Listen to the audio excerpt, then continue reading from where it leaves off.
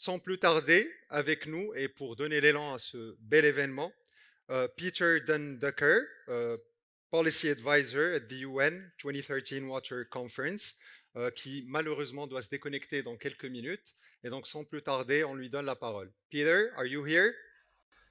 So, well, yeah, I wanted to start off with that the current water issues in the world are so complex, and we call them wicked problems.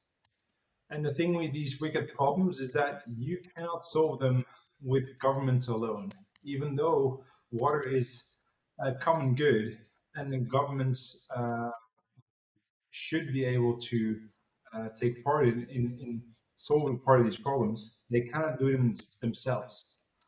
We have to collaborate and we have to work together.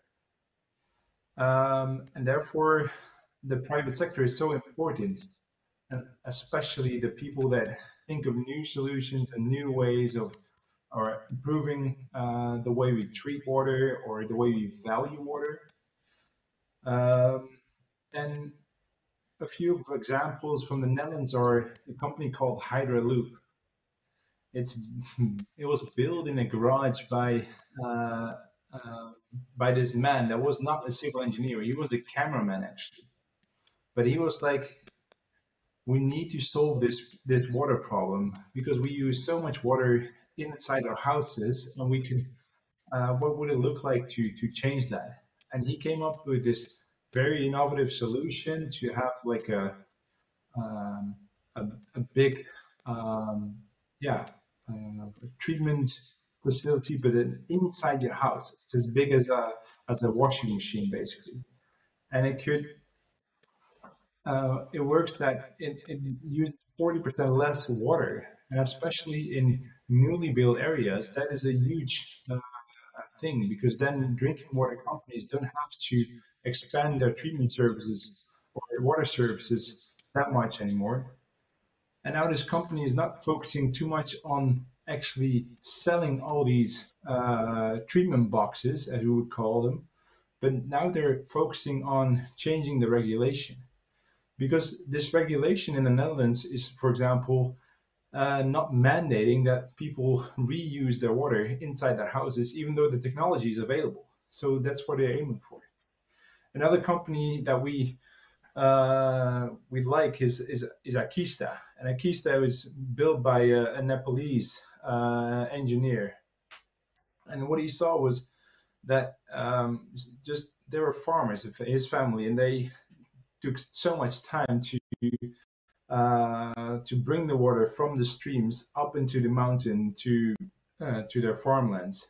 And he came up with this water pump that basically runs on the river flow, the river current, and it just doesn't use diesel or electricity or anything. It just runs on water, and that's the beauty of that pump for small farmers in Nepal and Mexico and Chile.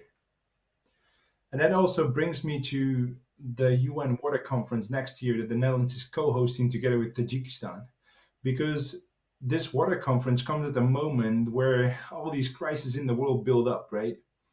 And what we see is that water is underlinking or interlinking all these crises, from the food security to the energy crisis, but also to the war in Ukraine, and obviously climate change and climate adaptation. So it's a unique moment, and not only for that, but also because it's the first one since 46 years inside the UN system that a conference on water is held. And we want to use and catalyze that moment to bring change um, in the water world.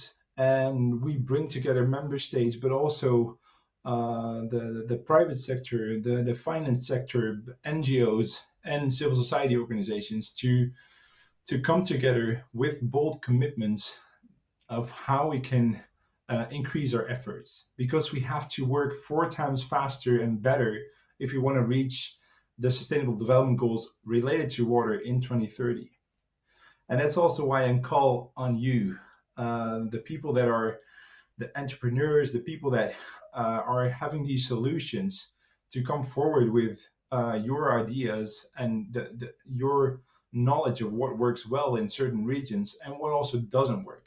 So we need to know what needs to be scaled up. We need to know what needs to be innovated, and we also want to showcase what is really working well.